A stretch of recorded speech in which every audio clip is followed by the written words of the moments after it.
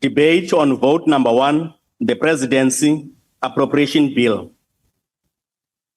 Honorable the President,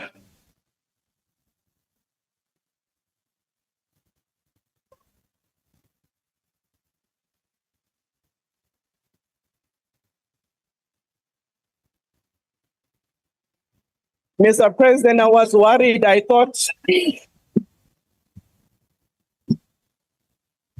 Mr. President, for a while, I thought your iPad has been lost. No. Over to you, President. Thank you, Honorable Speaker, Honorable Ministers and Deputy Ministers, and Honorable Members and fellow South Africans. In 2 days from now, which is on Friday, the 18th of July, South Africans, and indeed the world, people will celebrate Nelson Mandela Day. Madiba helped us see that we can achieve a great deal as a nation by staying true to the vision of a better, more equal, as well as a more prosperous South Africa, by working together to achieve a vision that South Africa indeed can be a successful nation if we put our minds to it. Today, the world faces real and significant challenges, and so do we as a country and as a nation. We face an increasingly volatile world with many disruptions to global trade, as well as deepening conflicts that are raging in many parts of the world. We face high levels of unemployment in our own country, as well as low economic growth that has not enabled us to create the number of jobs that we all wished to create. We face the corrosive effects of corruption and pervasive crime to which the poorest amongst us are most vulnerable. We also face the daunting task of building a state that is capable of tackling the challenges of the time and restoring the trust of our people. It is with these challenges in mind that we formed the Government of National Unity to place our country on a more stronger footing, to be able to have economic growth, as well as to foster transformation and to move ahead on the path of peace and prosperity. As we established the Government of National Unity, we understood that we were embarking on what you could call a new era in our democracy. We understood then that it would be complex and that we would be faced with novel challenges that we would need to navigate. We have together adopted the Medium-Term Development Plan, which outlines clear actions that we need to take over the next 5 years in pursuit of the 3 strategic priorities that we have set out for ourselves. Firstly, to drive inclusive growth and job creation. Secondly, to tackle poverty, as well as to address more effectively the high cost of living. And thirdly, to build a capable, ethical, and developmental state. Across all ministries, all departments, and all national entities that we have, there is a commitment to implement the actions on which we have agreed and to move with urgency and purpose to address the needs of all South Africans. Most importantly, there is a shared understanding that we need to rise above our differences and work together to progress or to make progress on the important challenges that our country faces. The approach of the Government of National Unity is to enhance national cohesion, nation building, and to build partnerships across society to advance the common interests of South Africans. And to seek this whole purpose, we agreed that we would have a national dialogue amongst many other things we would do. And this is being convened in response to the many calls that were made by individuals, leaders, eminent persons, as well as various formations from across society. This initiative has received widespread support and has been endorsed by the Government of National Unity as a process that is significant to develop a social compact that will enable us as South Africans to meet the aspirations of the National Development Plan. At every important moment in the history of our country, we have come together as South Africans to define a shared vision and to forge a path into a future in dialogue with one another. The national dialogue is not just about talking. Like with CODESA, like with the National Peace Accord, like with the consultation process that we all went through as we drafted our new constitution, the national dialogue is expected to produce real results that have a tangible impact on the lives of our people. We are all called upon to use this moment of this national dialogue as an instrument of fostering development, transformation, progress, national cohesion, and national unity as well. This dialogue does not displace the democratic processes that are mandated by our Constitution, nor does it divert us from the electoral mandate that this Parliament was given by the people of South Africa. As the national dialogue process continues, the government will continue to take action to address immediate concerns that all South Africans share, to grow our economy, to create jobs, to tackle corruption and crime, and to fix local government. The medium-term development plan sets specific measurable targets for each of the programs that we need to embark upon as set out in various budget votes.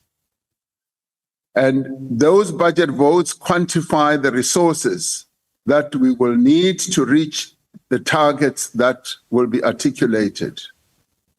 However, the true measure of success is the impact that we will have on improving the lives of our people.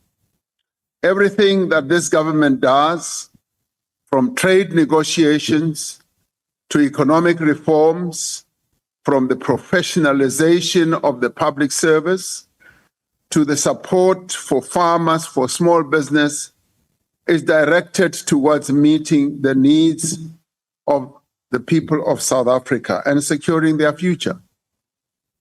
The role of the presidency in all this is to coordinate the work of government towards this end and to make sure that our commitments and actions are directed at meeting the needs of South Africans.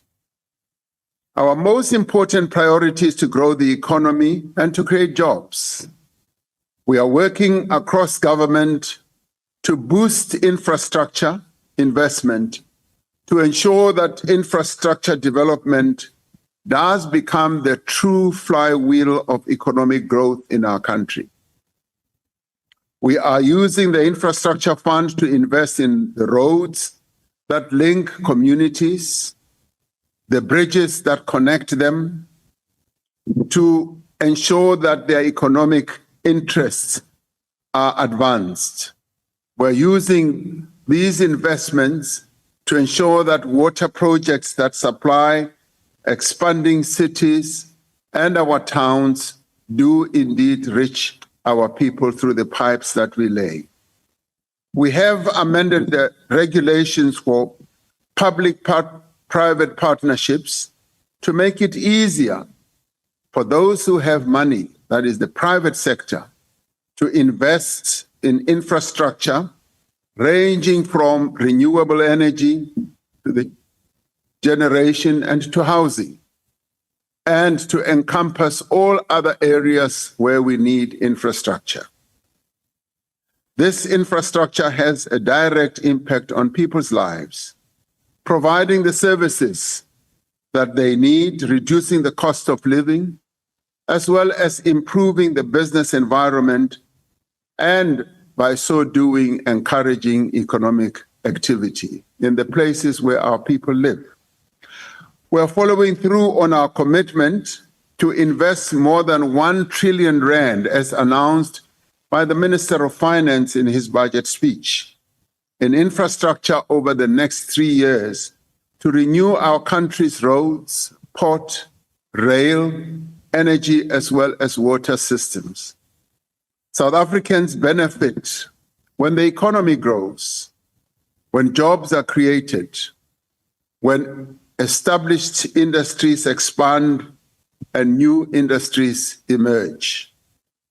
To ensure that our industrial policy promotes local economic activity, we are repositioning our industrial policy to ensure that we look at opportunities in diversification, in decarbonization, and digitalization as well, as we embark on measures to ensure that the incentives that we provide and enabling initiatives are able to create a conducive environment for businesses to grow.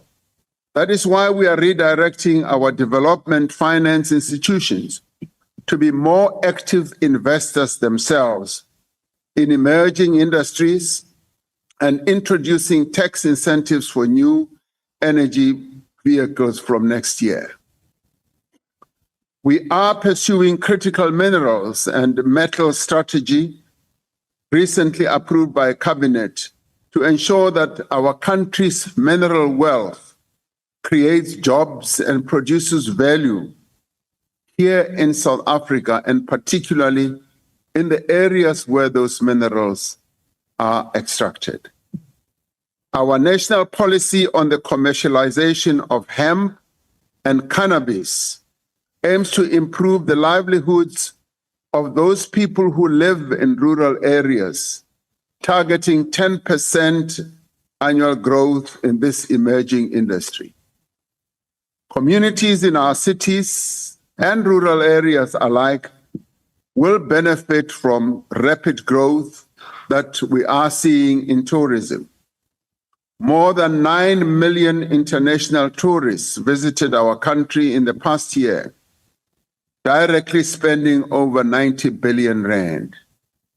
This is thanks in large measure to the reforms that we have embarked upon in the visa system, targeted tourism promotion in key markets, and the support that is being given to local companies that are involved in the tourism business. To encourage the growth of micro, small, and medium enterprises, we are continuing the work to remove regulatory constraints and to simplify business licensing. This, whilst is a difficult area to traverse, we are beginning to see progress that is being made. For we have found difficult for regulations that have been made to be changed, to be amended in order to enhance the type of business growth that we seek. But we will get there. We are refining our financing offerings to the businesses in our townships and rural areas recognizing that different types of businesses have different needs at different stages of their own existence and development. To accelerate economic growth and create jobs, we are moving ahead with the economic reform agenda that we introduced through Operation Vulindlela, with the presidency providing strong leadership and coordination to ensure that the reforms that we have embarked upon are implemented. In the energy sector, working together with all stakeholders, we've made outstanding progress in reducing the severity as well as the frequency of load shedding. There was a time when daily load shedding was the norm. Now it is the exception. We are putting in place the foundations for a competitive electricity market to unlock massive new investment in energy generation. This will result in lower electricity costs as we move on for all South Africans and more renewable energy to power our economy. We have also made significant progress towards enabling innovative public and private investment in our transmission network. Implementation of the Just Energy Transition continues to progress, coordinated in the way that we will ensure that it does yield the results we want. There are growing projects in the Just Energy Transition, in the pipeline thereof, in various places in municipalities as well. There's also another added benefit that we are getting out of this, the skills development process, as we embark more and more on renewable energy generation. Total international pledges to support our Just Energy Transition now amounts to about 12.8 billion rand, or dollars rather, or around 230 billion rand. This investment will go directly into renewable energy projects where the communities that are affected by the transition will be able to be at the center of the focus that our work will entail. Through this work, South Africa is leading the world in many ways in showing what a truly just energy transition should look like. And through this process, yes, we are learning even from our own mistakes as we move ahead. We are also following through on our reform commitments in the logistics sector. We have continued to make progress in reforming our visa system to attract skills and grow our tourism. The electronic travel authorization system will be launched later this year. The Department of Home Affairs has made great progress in clearing the visa application backlog, which stood at around 306,000 applications in March of 2024. Now, through these reforms, we are steadily removing the obstacles to growth and paving the way for a new phase of investment and job creation in our economy. The work of Operation Vulindlela shows the importance of a capable presidency at the center of government, fulfilling a coordinating role and working very closely with all departments and agencies responsible for implementing the various initiatives that need to be implemented so as to deliver good services across the state. The greatest challenge that faces our country today is youth unemployment. Approximately 3.8 million out of 10.3 million young South Africans aged 15 to 20 years are currently not in employment, education, or training. These are young people with energy, with initiative, as well as untapped potential. As we pursue faster and more inclusive growth, as government, we have undertaken programs of a large scale to provide opportunities for young people to earn an income, to develop skills, and to gain work experience.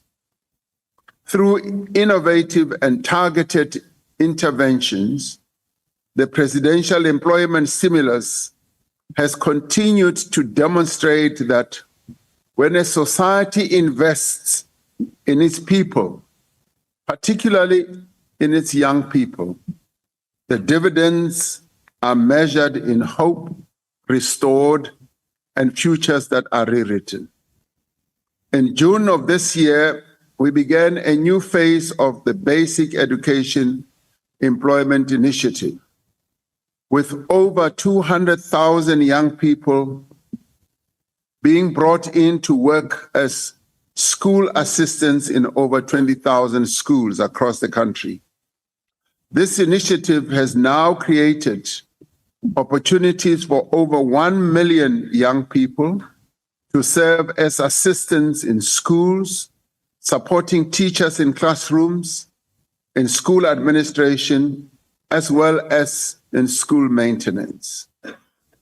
Having been to a few schools and have seen this in action, one cannot but be impressed with the manner in which our young people have taken up this opportunity.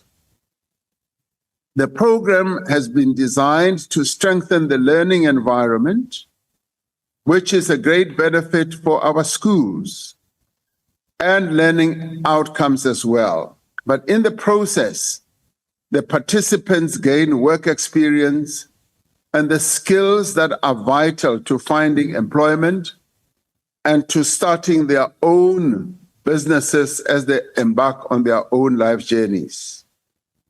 Young people face many barriers. Without established networks in the economy, without any work experience, without money for things like data and transport, it is difficult for many young people even to look for work. To address these challenges, we also launched the SA Youth Mobi platform in 2020. Since then, it has linked a growing number of young people to learning and earning opportunities.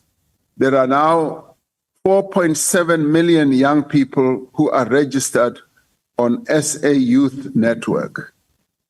Young people have been supported to access over 1.67 million earning opportunities having emanated from this platform. A significant achievement of South African youth in the vast majority of earning opportunities have been accessed by the most excluded young people. 70% of the opportunities have been accessed by young Black African women. Around 65% of the young people registered on SA Youth platform reported that they live in households where at least one member receives a grant. This means that we are reaching some of the people who have the greatest needs in our country.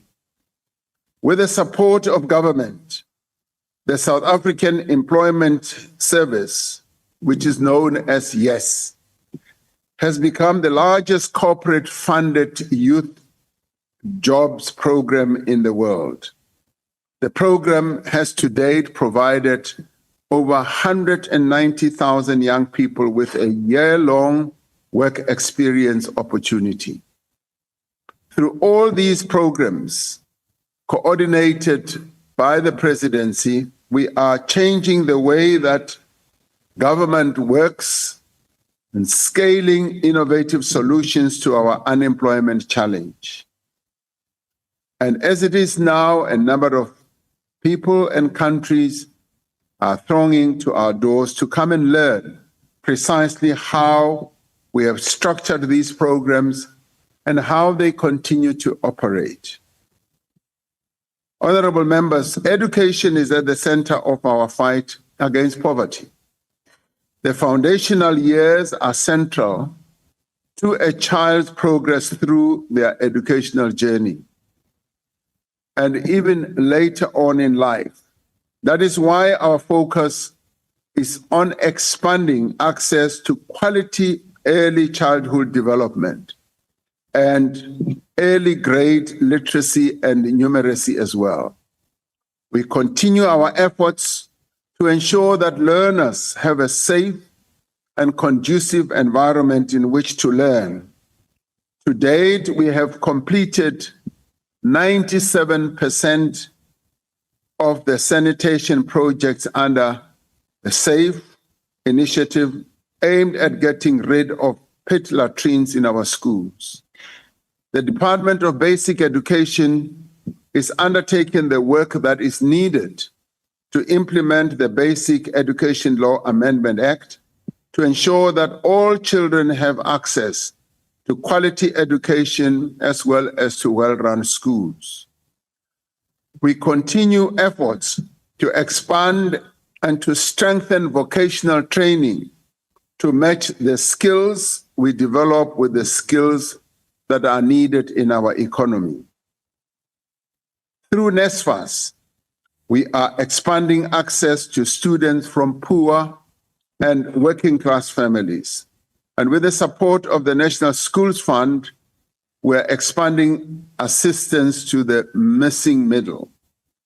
This year, NSFAS has supported over 800,000 university and TVET college students. This provides opportunities to young people today that will, in time, transform our economy and society and lead our country. In order for us to give access for all people to quality health care, we have determined that we will address the poor state of our hospitals and clinics.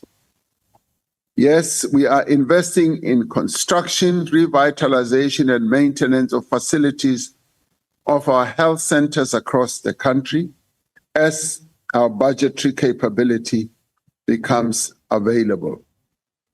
To address the severe challenges in health and in the preparation of the implementation of the NHI, we are directing resources towards hiring more doctors, more nurses, and health professionals, as well as the permanent employment of community health workers and purchasing the equipment and supplies that are needed in our health facilities.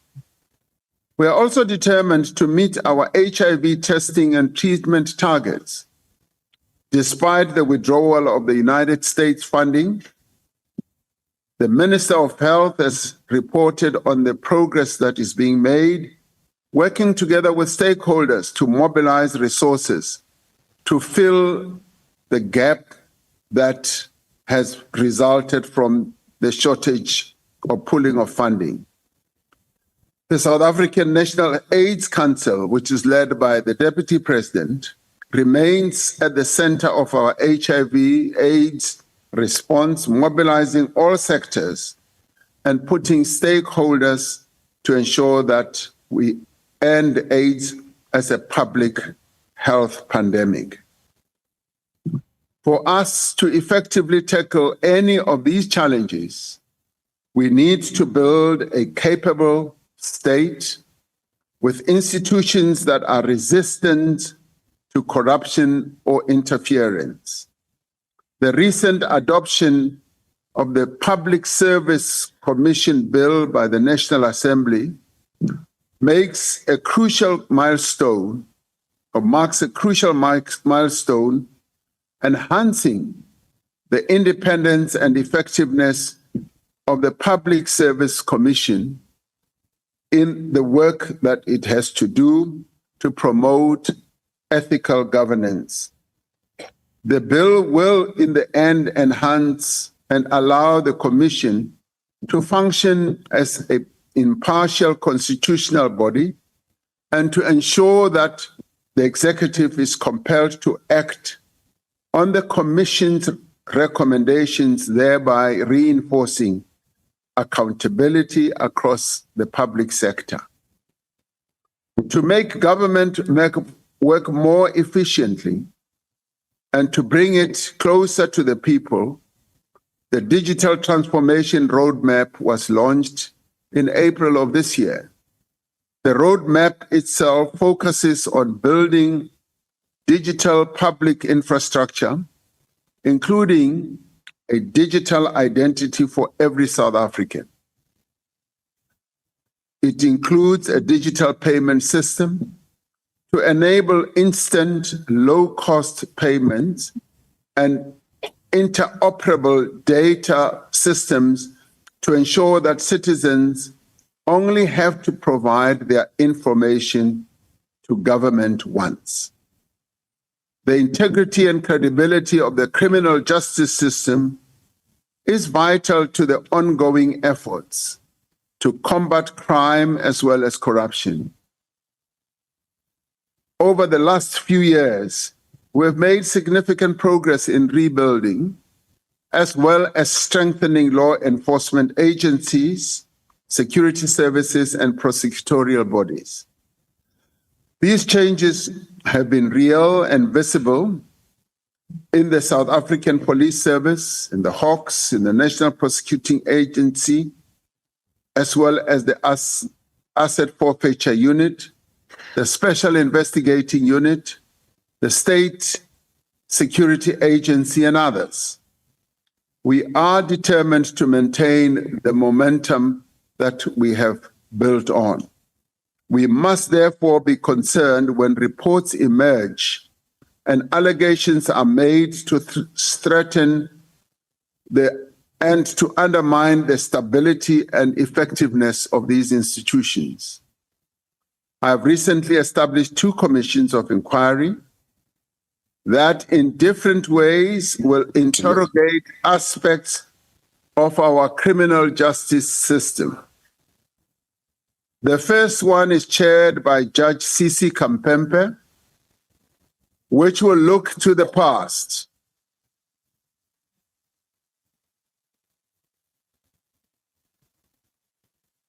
I see there's quite a bit of excitement on this side. Now, this commission, Honorable Speaker, as I take a sip of water,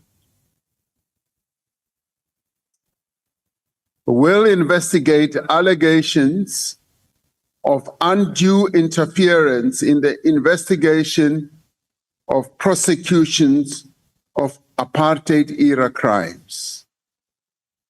Not only is the commission necessary to ensure that justice for the victims of apartheid-era crimes and their families, but it will provide valuable lessons as we strengthen our efforts to ensure accountability now and into the future.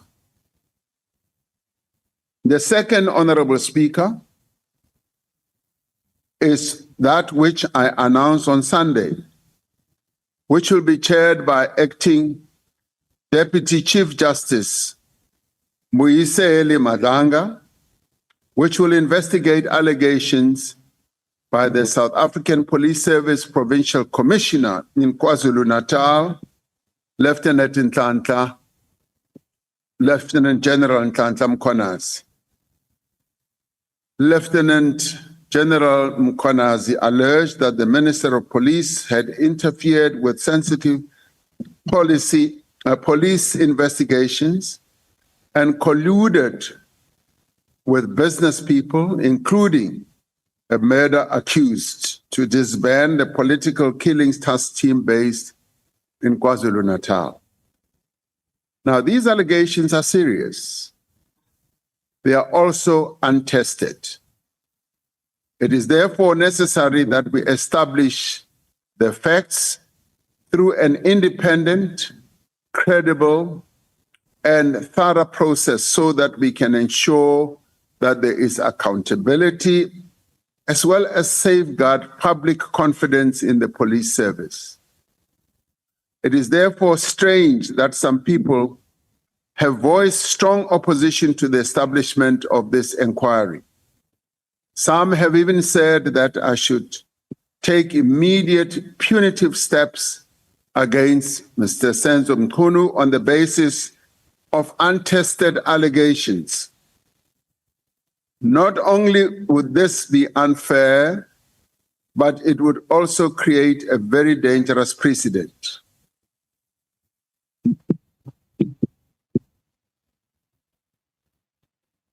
Now, on this one, the commission should be allowed to do its work.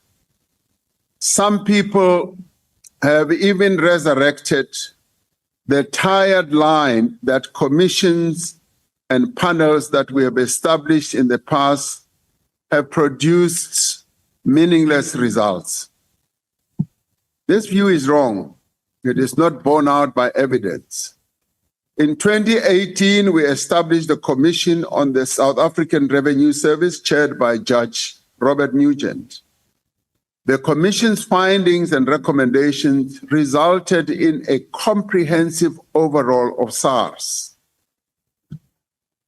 It also resulted in the governance structures of SARS and the operational capability of SARS being revamped.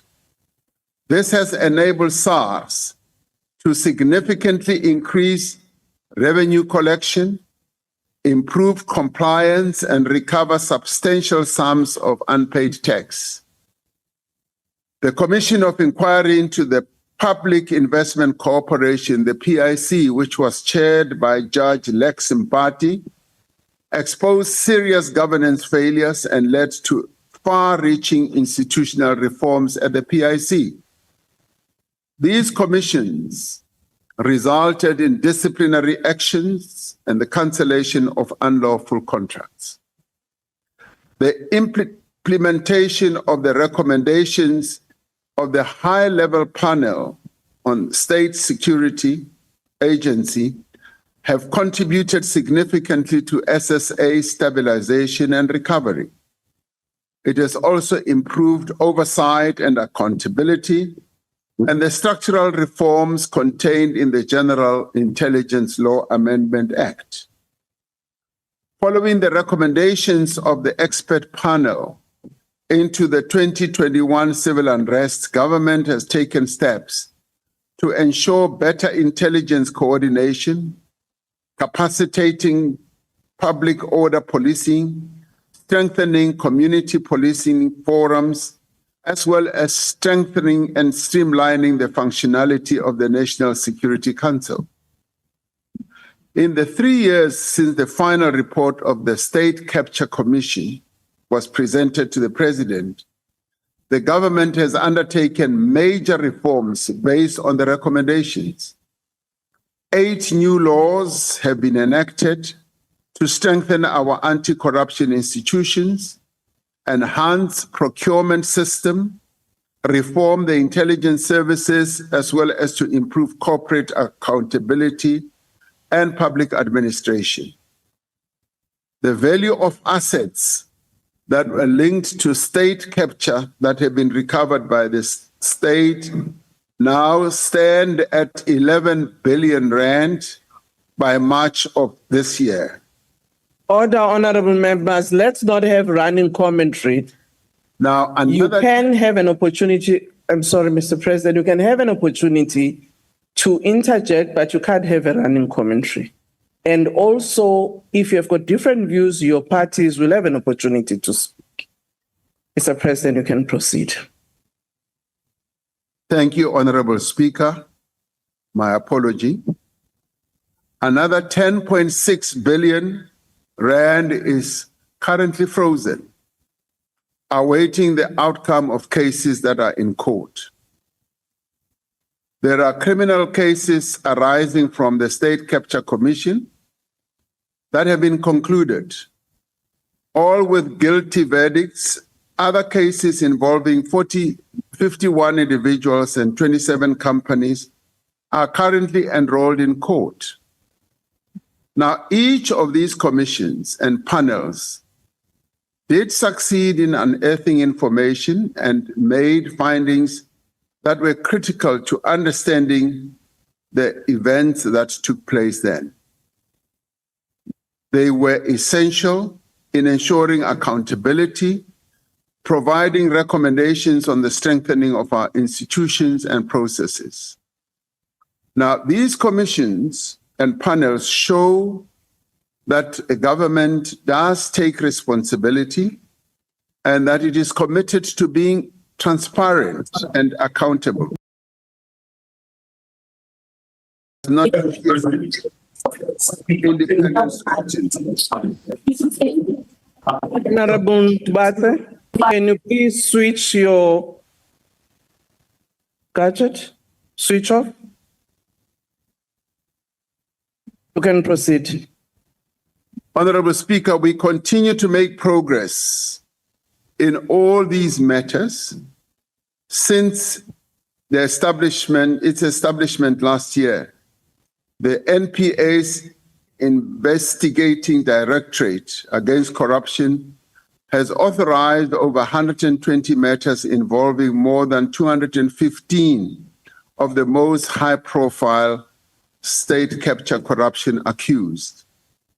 Over 80 cases are currently under investigation and approximately 40 of them have already been enrolled.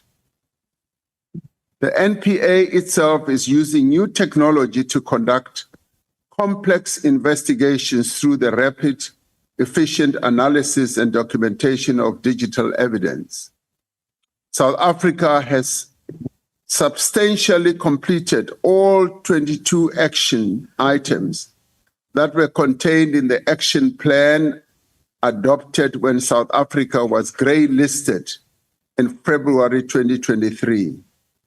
Now, this paves the way for an on-site visit, which is the final step before FATF can delist South Africa. We are at the midpoint of the implementation of the strategic plan on gender-based violence and femicide.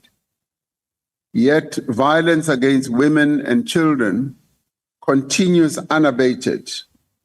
It remains a pandemic that shames the men of our nation.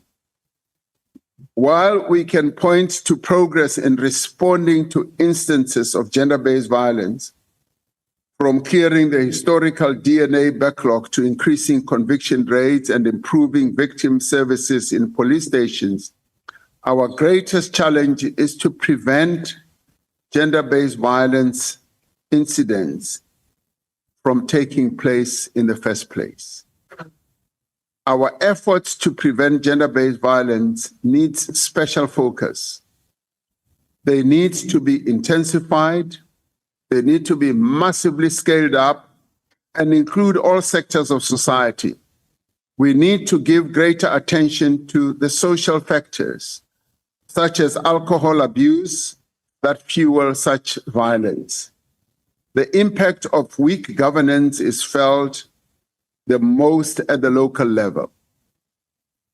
We recognize that many of our cities, as well as towns, are failing to deliver basic services to our people, thus creating serious challenges for businesses and the residents of our towns and cities.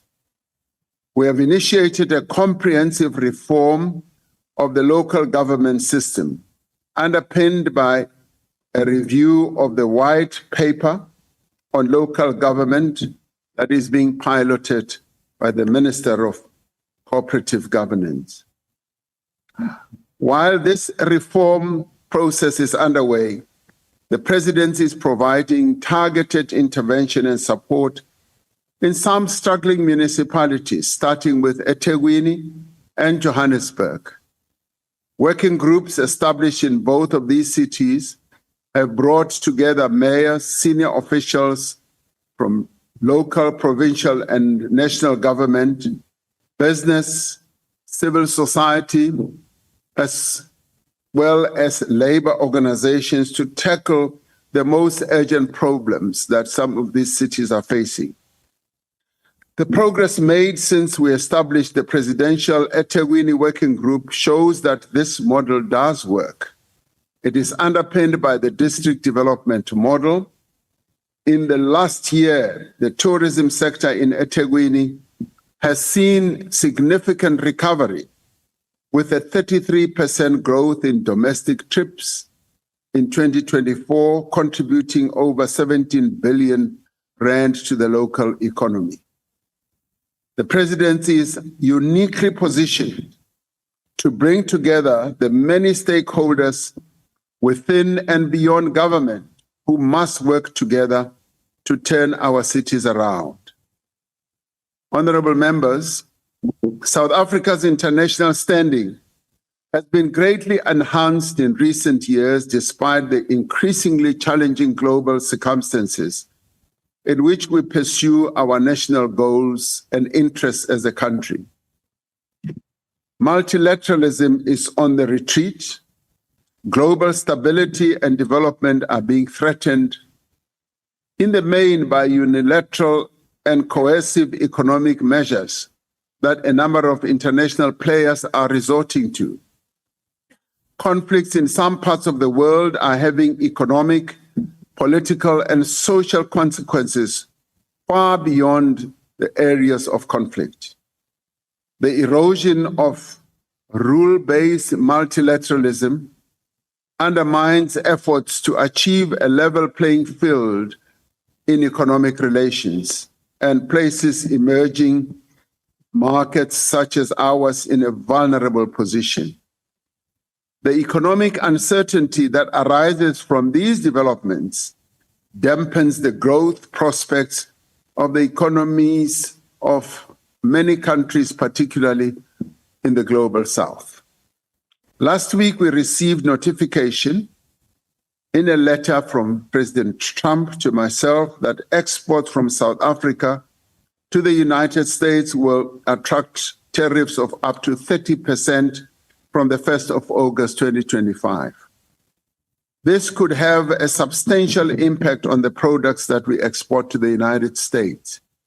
We have already seen how just the mere news of the intention to impose tariffs has dampened the ability of a number of exporters from our country to the United States, and we have seen how some companies have had their exports declining by up to 80%.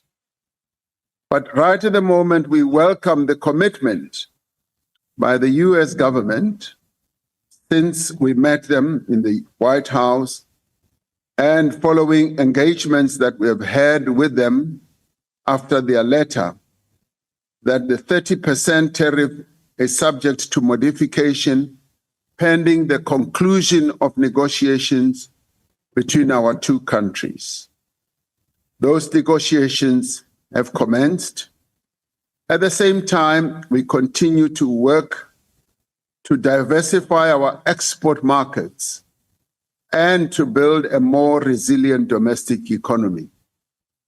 And in this regard, we call on our producers who export goods to be actively involved in diversifying their own markets and to engage and enlist government assistance in various countries where they wish to export to. We continue with our efforts to strengthen our relations with the United States, which still remains a strong investment and trading partner to our country. Our successful working visit to the US in May reaffirmed the importance of keeping the channels of dialogue open and established a basis for greater engagement and cooperation, which, as I said, is ongoing. Organizations that seek to use South Africa's relations with other countries to advance their own domestic agenda do undermine our national interests and efforts. We are now at the halfway mark of our G20 presidency.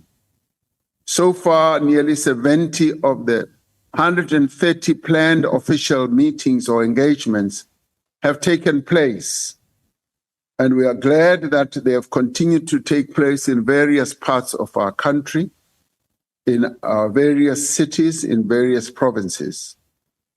We are making progress in engagement with fellow G20 countries on the central themes that we have identified for our presidency.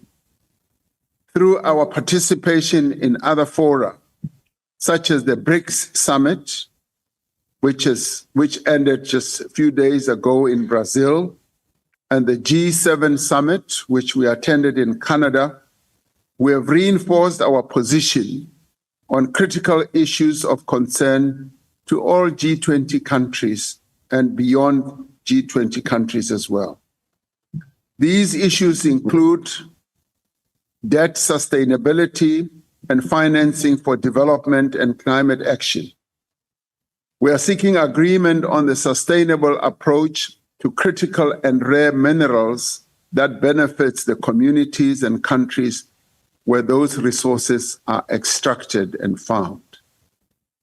Throughout our participation in G20 meetings over the last half year, we have sought to advance shared solutions to common problems, to promote the African agenda, and to place the interests of the Global South firmly on the global agenda. As we reflect on our place in the world, we express our horror and dismay at the continued genocide that is taking place in Gaza. More and more Palestinian civilians are being killed every day. Millions face starvation which is being used as a weapon. Homes, hospitals, and other essential infrastructure are continuing to be destroyed. The fact that these atrocities are taking place in the plain view and sight of the international community with no concerted effort to end them is a damning indictment on the leaders in the world. The stance that South Africa has taken on the genocide in Gaza, including the application that we have made to the International Court of Justice, is founded on our commitment to peace and justice. We are equally concerned at the grave humanitarian situation and the deaths of so many people in Sudan. The conflict is taking a huge human toll. It is estimated that over 30 million people need aid and some 12 million people are displaced. The international community has a responsibility to support regional and other efforts to end the conflict and to provide the assistance that the people of Sudan desperately need. As the situation in the Eastern DRC enters a new phase, the South African Development Community, SADC, that is mission, has ended, and our personnel are being withdrawn in a phased manner. The majority of them have already returned home. As we welcome the return of our soldiers, we remember with great sorrow the 14 soldiers who lost their lives alongside soldiers from other Southern African countries to bring peace and security to that region. We are hopeful that the parties to the conflict will now engage in the envisaged dialogue and cessation of hostilities, which will culminate in an all-encompassing political process that leads to a lasting solution. Our withdrawal was seen as a confidence-building measure that would enable a peace to be found in that part of the world. And indeed, we continue to keenly observe and in some instances participate in various peace efforts that we hope will solidify the peace that is so needed in that part of the world. South Africa remains part of the initiatives to end the Russia-Ukraine conflict and achieve a just and lasting peace. we continue to get involved in various iterations that are meant to bring that conflict to an end, hopefully sooner rather than later. While many of these conflicts are far from our shores, we have an interest in seeing them resolved. Our history places on us a moral responsibility to strive for an end to suffering and oppression around the world. We also have obligations under international law to prevent genocide and ensure accountability for atrocities. It is in our interests as a country to ensure that international law is upheld and consistently applied, and that global bodies like the United Nations Security Council are effective in ensuring peace and security. And we will, as a country, continue to intensify our efforts to reform those global institutions to ensure that they are representative and inclusive. In our view, it continues to be unacceptable that 1.4 billion Africans have no permanent representation of the UN Security Council. It is these laws and these institutions that we will look to for protection and support as we confront uncertainty of a changing world. Our message for the reform of the United Nations Security Council is continuing to spread, and in many centers it is beginning to sink. So we will not let up on continuing to harp on the issue of the reform of the United Nations Security Council, so as to enable the peoples of our continent, particularly other countries also in the global south, to be well represented in a body that was founded on ensuring that there will be peace in the world. Honorable members, a tree survives through winds by its deep and extensive roots, anchoring itself in the soil. Its flexible branches can bend and sway with the wind, enabling the tree to adjust to changing circumstances. A forest of trees works together to withstand a storm. The closeness of the canopies breaking the wind's force is what gives the forest strength.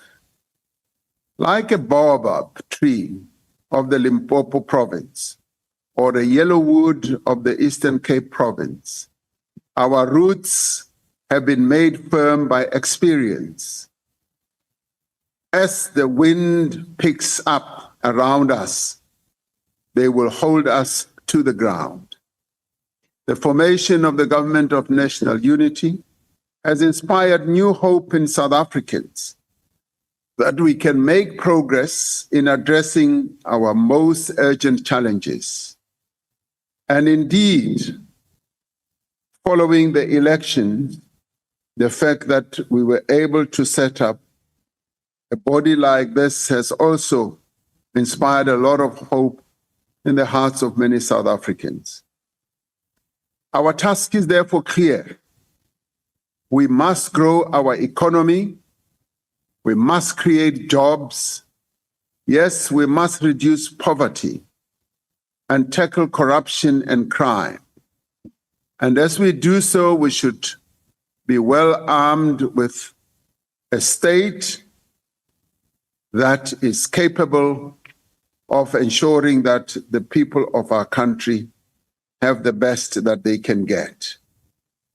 While we will always have differences and disagreements, we are all committed to staying the course and seeing that we must go through in order to deliver a better South Africa to all the people who live here. We must combine the strength of our principles and our convictions with an openness and willingness to listen, but to listen to one another and to adapt. The presidency will continue to lead government in ensuring that we do so and that we deliver a better South Africa to all our people. Madam Speaker, I hereby commend the presidency budget vote to the National Assembly and look forward to the debates that are going to ensue here. I thank you. Thank you, Honorable President.